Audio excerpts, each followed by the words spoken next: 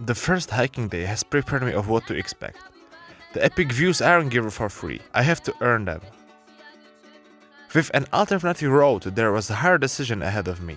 Risk it for the biscuit or go safe?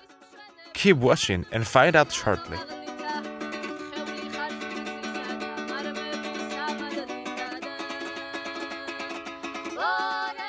No hotel breakfast simply can compare to this. Every pastry, bread, and even the cake was freshly baked by the owner. Vegetables were from the garden, yogurt and cheese were made from the milk of the owner's cow. That's how people live here, without shops. They grow and produce everything themselves.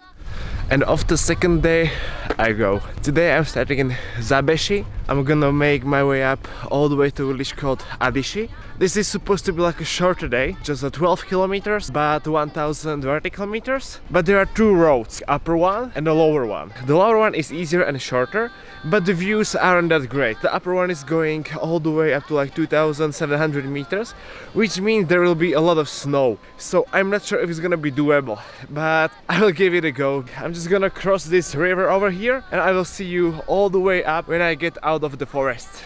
See ya! The trail rose steeply as soon as I left the village. With the mud on the ground making the climb slippery and my super heavy backpack, the whole ascent was pretty demanding. Only later I found out that I've actually got lost. I wasn't on the official trail anymore, just on some random hunter's trail. Luckily they've joined after an hour and let me out of the forest. Finally clear of treetops, 4000-meter high mountains appeared. Sharp and majestic peaks, frozen glaciers anywhere the eye could see. This is the pure beauty of Georgia. 800 vertical meters later, I made it out of the forest. Here's the crossroad. It says that Adishi, the village that I'm going, is supposed to be that way. There's another way that's going up, like 200 vertical meters more, and it's far more scenic because we're basically going up the hill. But the catch is, everyone I met said me that it's quite dangerous to go that way, especially with this much snow as there is now, because the downhill it's quite steep and slippery. But you wouldn't be watching it if I took the lower route, right? The safe one. So yeah, let's risk it. Let's go all in. Let's climb up there and see if it's gonna be that dangerous as everyone is saying.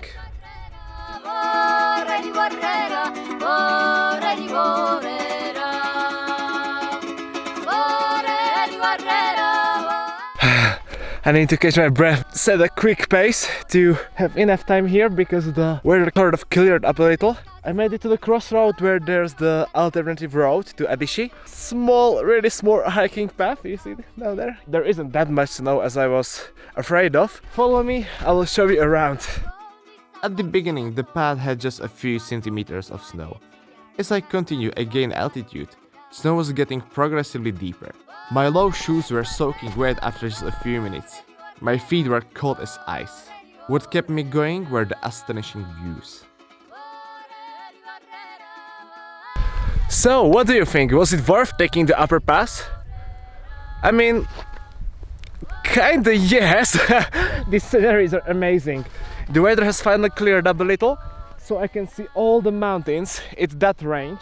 They're just enormous. Contrast they have with the snow and rocks and trees down at the bottom is just epic. But still, I have quite a long way to go. I need to go somewhere there. My socks are completely wet because I'm walking in a mix of water and snow. That's not really good. You don't understand how happy I am that I'm seeing all these beautiful mountains. It just feels unreal to be here. Woo! So good.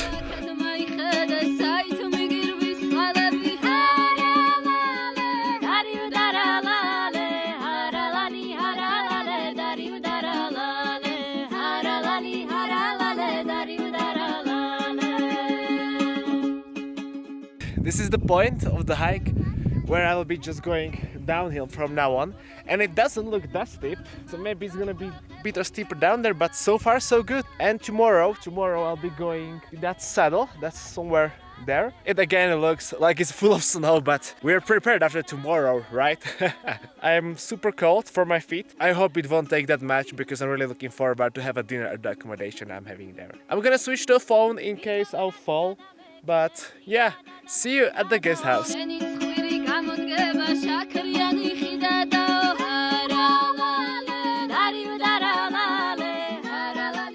The online guides were right. Walking down the grassy fields was tricky. Combination of mud, snow and grass led to me falling a couple of times. Luckily, I walked away with just a few bruises. I've caught up on a group of German hikers who also had difficulty descending. Very steep descent of 32% at the end of a 12-kilometer hike simply killed our legs. But the effort was surely worth it. Ladies and gentlemen, this is Adishi.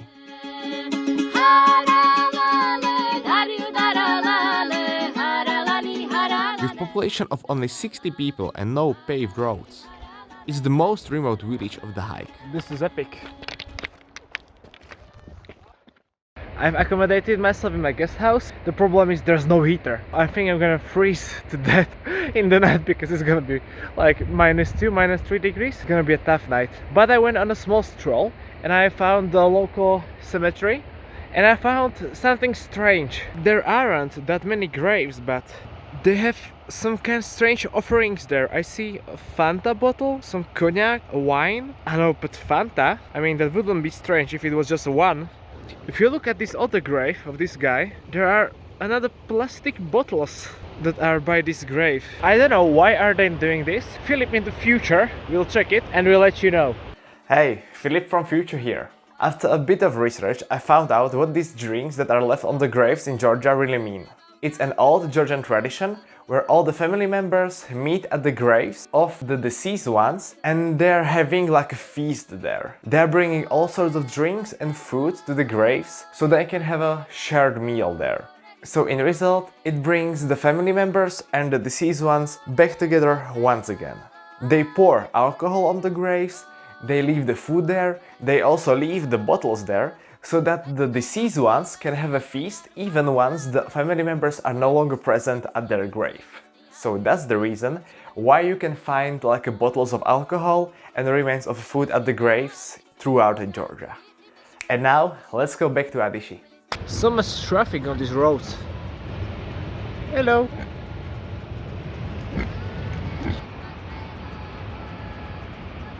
Looks like the snack bar is closed. The dinner was outstanding again. Lots of fresh, homemade dishes.